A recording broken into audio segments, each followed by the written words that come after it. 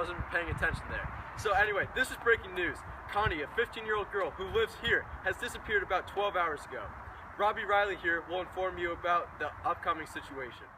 Well, Connie is a 15-year-old girl. She is relatively attractive, she seems to have no purpose to her life, and she is very shallow. Now, Matt, this is what we think happened. Happy birthday, baby, oh, I love you so. 16 candles make a lovely light, but not as bright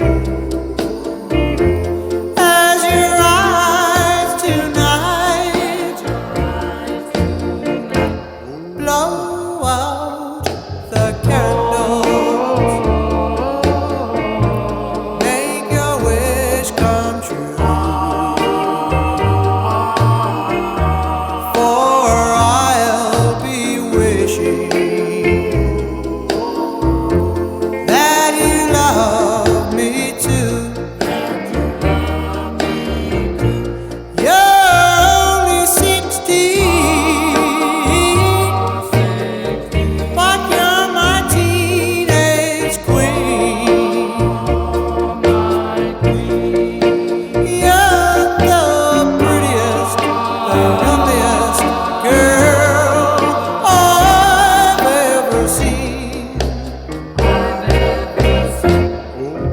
16 candles in my heart will glow forever and ever, for I love you so. Did she just catch his meat? I think she did just catch his meat. You're only 16. Let's take it to our anchors to investigate the situation.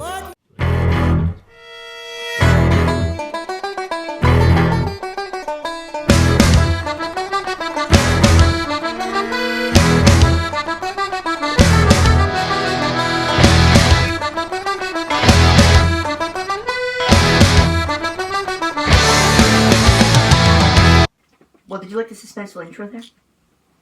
Yes, very much, actually. It was quite suspenseful. I'd like to thank Matt King for his excellent work reporting the scene. Yes, that was very good. Thank you, Matt. Now, this scene actually really reminds me of just Oates' story, Where Are You Going? Where Have You Been? And, yeah, what do you think about that, Robbie? Well, much like the main character of Where Have You Gone, Where Have You Been, Connie, they are shallow, you know, like their house is just waiting to cave in, and they can just be dominated by anyone. In the 50s, in this era, sexism was rampant, you could get away with that. Yeah, it was very true, actually. I mean, Connie here is really into that 50s music, and if you listen to some of that music... Ooh, that music, yeah. It's very weird, and many of the songs, like including 16 Candles, which I think Connie is actually listening to in the story, it's about older men pretty much loving younger women, and it's very odd because this is what Oates is trying to tell the readers, is that the dominance of men over women in this society is very bad, and it's very easily done, kind of like the metaphor of a house. Oh yes, like her house, which was almost a metaphor for a woman's body just waiting to cave in. Yes, Arnold Friend, the captor, claims that her house is just a cardboard box waiting to be caved in. But it was, because he captured her, took her away, and took away her willpower, and it did metaphorically cave in. Yes, it did. Now, this event must have been so suspenseful. What do you think was the true moment that Connie realized how much danger she was in? When Arnold Friend took off his sunglasses and revealed that he actually was not her age like she thought he was. He wasn't some hunk. He was a creeper waiting to be with her. That is when the suspense began, and that is when the true panic in all of our hearts, both watching this and reading this, began, as we were scared for the sanctity of this woman's body, because no one wanted her to cave in like a cardboard box. Yes, it's very true, actually. That moment of suspense was definitely when Connie realizes that Arnold was not her friend and was, in fact, an older man.